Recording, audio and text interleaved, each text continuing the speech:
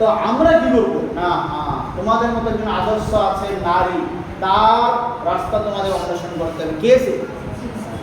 না সুবর্ণকা হবে? সুবর্ণকাও নারী না, তো কাদের মতো হবে? সীতা দেবীর মতো। কার মতো হওয়া যাবে না?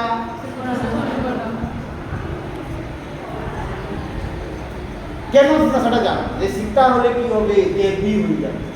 একটা সাধারণ মানবী তোমাদের মতো মেয়ে, সে হইলেন দেবী। সে হলেন দেবী। রামচন্দ্র পূজা পাচ্ছেন অযোধ্যায়, এখন বিশাল রামায়ণ, তোমার সবাই যাইলে কত বছর হবে? তুমি দেখো সীতা দেবী প্রতি বছর রাবণকে পুড়ে মরতে হয়, প্রতি বছর, একবার নয়, যতবার বছর আসবে তাকে রাবণ পুড়ি হয় না? হ্যাঁ, রামনবমী, যখন দুর্গা পূজা পুজো হতে হয়, তো ঠিক সেইভাবে সীতা থেকে তোমরা দেবী হয়ে যাবে। নাম সীতা, অনেকে সীতা বসে আছে তোমাদের কাছে, বসে আছে তো, তুমি দেবী হতে হবে। তার পিছনে লাগবে কি? দেবী সীতা। জানো এমন কিছু কাজ করবে তুমি অনেকের মধ্যে এক হয়ে যাবে। ইতিহাস তোমাদের এই কথাই বলবে। আমার একটা এত সুন্দর মহাকাব্য শুরু হয়েছিল একটা সাধারণ ঘটনা। কেউ জানো? একটা সাধারণ ঘটনা আছে, একটা শ্লোক আছে, কেউ জানেন?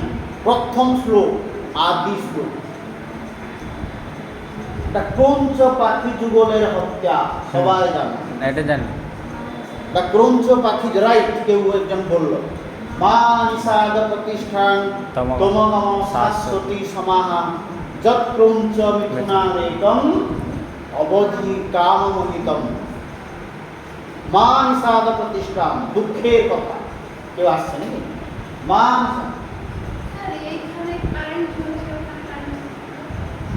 সেখানে ফিউজ মানে আছে না, এনসিপি সেখানে একটা আছে, এটা কি? না এখানে নয়, এখানে তো চলে আসে। সেখানে একটা এনসিপি হবে, যদি নিচের দিকে আছে তো সে ক্রঞ্চ পাখি যুগল কাছাকাছি আছে, প্রেম ভালোবাসা তাদের মধ্যে। স্যার আরও একটা চুরি নিয়ে আছে না এই ঘটনাটা? হ্যাঁ? ওই দোসরা বলবো সেটা বলবো, সেটাও চাই না সেটা। তো এটা হলো রামায়ণের শুরু। কেন রামায়ণ সৃষ্টি হলো? রামায়ণ মহাকাব্য কী করে সৃষ্টি হলো? রামায়ণটা তোমরা দেখো পুরোটা দুঃখ। তার পিছনে কারণ কি? আমাদের একটা কথা আছে ইংরাজিতে, ফার্স্ট ইমপ্রেশন লাস্ট ওয়ার্ড। শুরুতে যেমন হবে সেটা শেষ পর্যন্ত থাকে। শুরুতে শুরুটা ভালোভাবে করতে হয়, শুরুটা ভালোভাবে করতে হয় না? তো আমাদের এটা সংস্কৃতি। সেখানে দুঃখের কাহিনী আছে। এই ক্রঞ্চ পাখি যুগলের নিধন, মৃত্যু হয়েছে। দুজন পাখি একবার তারা কাছাকাছি থাকার সময়, একটা সুন্দর মুহূর্ত অতিবাহিত করার সময়, একটা নিষাদ মানে শিকারি, ব্যাধের ধর্ম, সে তার সে করছে কি, সেটা নিলে সে খাবে। সে তার ধর্ম করছে, সবাই আমরা নিজের ধর্ম পালন করি। তো কিন্তু এখানে একটা কিন্তু থেকে গেছে। কিন্তু কি না, তার যে কামমোহিত অবস্থা, একটা পাখি নিধন করা এত সহজ নয়, সে উড়ে চলে যাবে। কিন্তু তারা মোহিত অবস্থায়, আমরা এমন মোহ হয়ে যাই তখন অন্যদিকে ভাবি যে আমি কি স্যার কি পড়াচ্ছেন, তোমাকে ডাকছেন, তোমাকে বলছেন তুমি, বা আমরা বুঝতেই পারি। তো তারা মোহগ্রস্ত অবস্থায় থাকাকালীন এই কি করলো? একটি পাখিকে হত্যা করলো। একটি পাখি হলেও, একটি পশু হলেও তাদের মধ্যে স্নেহ মমতা আছে, অন্যের প্রতি সমবেদনা আছে, অন্যের প্রতি ভালোবাসা থাকে। একটি পাখি যখন মৃত্যুবরণ করলো, আর একটি পাখি তার কাছাকাছি যে পাখি কি করলো? চিৎকার, তার ক্রন্দন, তার যে চিৎকার, সে চলে যাচ্ছে, আবার ছুটে আসছে, আবার তাকে দেখছে, আবার চিৎকার করছে। এই যে হত্যা, মুনি ঋষি বাল্মীকির মনে, তখন তিনি স্নান ঘাট থেকে ফিরছেন, বুঝতে পারছো? নদী থেকে স্নান করে তিনি তমসা নদী থেকে, কোন নদী? তমসা নদী থেকে, ঘাট থেকে শিষ্যের সঙ্গে ফেরার সময় এই যে কাহিনীটাকে লক্ষ্য করে তার মন থেকে হঠাৎ কিছু কথা বেরিয়ে আসে। অপ্রস্তুতি, আমরা আগে প্রস্তুতি নিই তারপরে বলি, আগে প্রস্তুতি নিই এটা বলবো তারপরে বলি। কিন্তু মাঝে মাঝে অত্যন্ত আনন্দাবস্থায়, অত্যন্ত দুঃখ অবস্থায়, অত্যন্ত ক্রুদ্ধ অবস্থায় আমাদের কিছু কথা এমনি বেরিয়ে আসে। কখন অত্যন্ত ভালোবাসার কথা, বা কখন অত্যন্ত কদর্য ভাষা বেরিয়েছে না? ইচ্ছা করলেও আমরা স্টপ করতে পারি না। তো ঠিক সেইভাবে ঋষি মনে থেকে হৃদয় বিগলিত হয়ে একটা অভিশাপ বাড়ি বেরিয়েছিল, যেটা তোমরা বললে মা নিষাদ প্রতিষ্ঠান তমতম শাশ্বতী সমাহা চক্রঞ্চ মিথুনারেকম অবধি কামহিতম। আমাদের অভিশাপ এবং আশীর্বাদ সেই দিন থেকে আছে, কবে থেকে আছে, যে ভালো কাজের জন্য পুরস্কার, খারাপ কাজের জন্য তিরস্কার। তো ভালো কাজের জন্য আশীর্বাদ থাকবেই, খারাপ কাজের জন্য অভিশাপ আছে, শেষ কথা। তো অভিশাপ হয়েছিল হে নিশা, কাকে অভিশাপ দিয়েছিলেন? ভেদকে। হে নিশা, তোমার আর এই পৃথিবীতে প্রতিষ্ঠা হবে না, তুমি প্রতিষ্ঠিত হতে পারবে না। ছাত্রছাত্রীরা প্রতিষ্ঠিত হোক, এটা আমাদের স্বপ্ন, এটা আমাদের আশীর্বাদ, এটা আমাদের ইচ্ছা। তো ছাত্রছাত্রীরা আমাদের থেকে আরো বেশি উন্নতি করবে, হ্যাঁ, আরো বেশি বড় হবে, এইটাই আমাদের খুশি। আমরা হাসবো দেখলে খুশি হয়ে যাবো যে এই ছাত্র আমার এই কাজ করতে পেরেছি, খুশি হবো না মনে মনে ঈর্ষা হবো? তোমার বাবা মা তোমার সফলতা দেখে খুশি হবে না দুঃখ করবে? খুশি হবে। তারপর আমার ছাত্র এটা হবে, যারা আমাদের সাকসেস হয়েছে তাদের নিয়ে আমরা গর্ব করি যে আমাদের ছাত্র। ঠিক সেইভাবে তাকে একটা অভিশাপ দিয়েছিলেন, তোমার আর প্রতিষ্ঠা হবে না, তুমি আর থাকতে পারবে না। কারণ কি? যক্রঞ্চ মিথুনা, ক্রঞ্চ মিথুন, মিথুন মানে যুগল, পাখির যুগল, পুরুষ এবং স্ত্রী পাখি দুজনে থেকে একটিকে তারা কামমোহিত অবস্থায় থাকার সময় তুমি নিধন করো, মোহগ্রস্ত অবস্থায়। তুমি একটা কথা খুব ভালোভাবে একটা গান শুনছো মানে তুমি বাইরে কি হচ্ছে, কাছে কি হচ্ছে তুমি বুঝতে পারবে।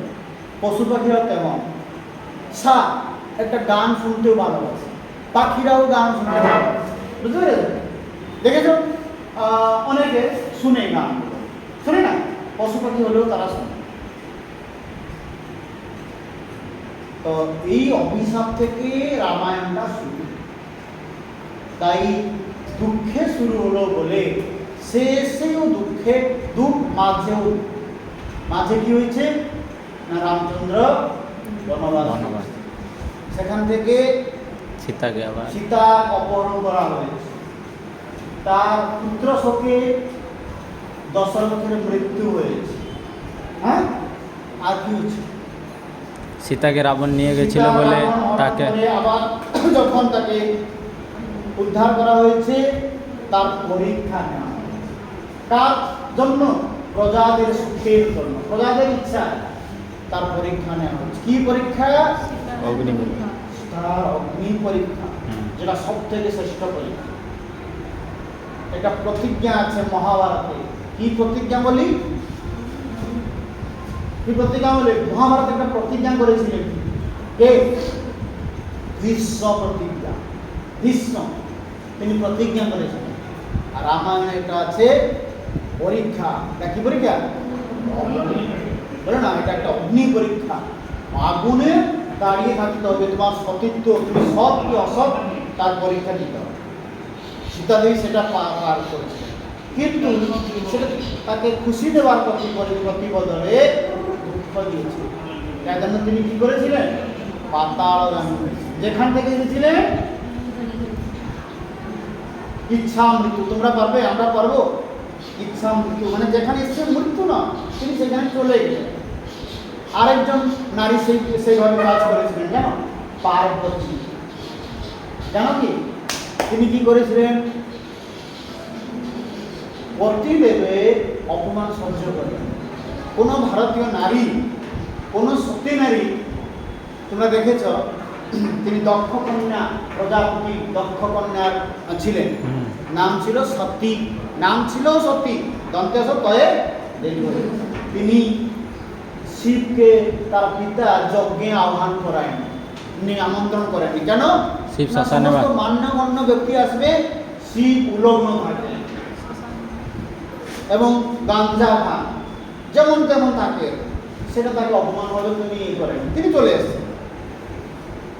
সেইখান থেকে অপমান করা হচ্ছে, অযাচিতভাবে কোথায় যেতে নেই, অযাচিতভাবে যেতে নেই, কেউ বলেনি যাবে না। অনাহুতা প্রবিশন্তি, অনাহত হলে কেউ না ডাকলে যাবে না। অপৃষ্ঠে বহুবাসিন, শাস্ত্র বলে না জিজ্ঞাসা করলে তুমি বলবে না। তুমি জানো একটা কথা, জানো তুমি, তবে বলবে না। অপৃষ্ঠে বহুবাসিন, বহু কথা বলবে না। তোমাকে বলেনি না, তোমাকে জিজ্ঞাসা করলে তুমি বলবে না, তার শাস্ত্রে নিষিদ্ধ করা হয়েছে। তো শিব আসার ফলে তাকে অপমান করা হয়েছিল, যেটা সতী নারী, হিন্দু, ভারতীয় হিন্দু নারী সেটা সমর্থন করে না কখনো। সেই স্বামীর দুঃখে দুঃখী, স্বামীর সুখে সুখী। বাবা পিতা যে অপমান করলেন তা সহ্য না করতে পেরে সেইখানে তৎক্ষণাৎ যে যজ্ঞকুণ্ড ছিল সেখানে আত্মাহুতি দিলেন। আত্মহত্যা, আত্মহত্যা এবং আত্মাহুতির মধ্যে পার্থক্য কি জানো? ইচ্ছা মৃত্যু। এখনো কিছু কিছু সাধক আছেন যারা ইচ্ছায় মৃত্যুবরণ করেন। মুনি ঋষিরা যেদিন ইচ্ছা হবে সেদিন দেহ ত্যাগ করবেন। কি ত্যাগ করবেন? শরীর ত্যাগ করবেন, দেহ ত্যাগ। যোগ বলে, কি বলে? যোগ সাধনা।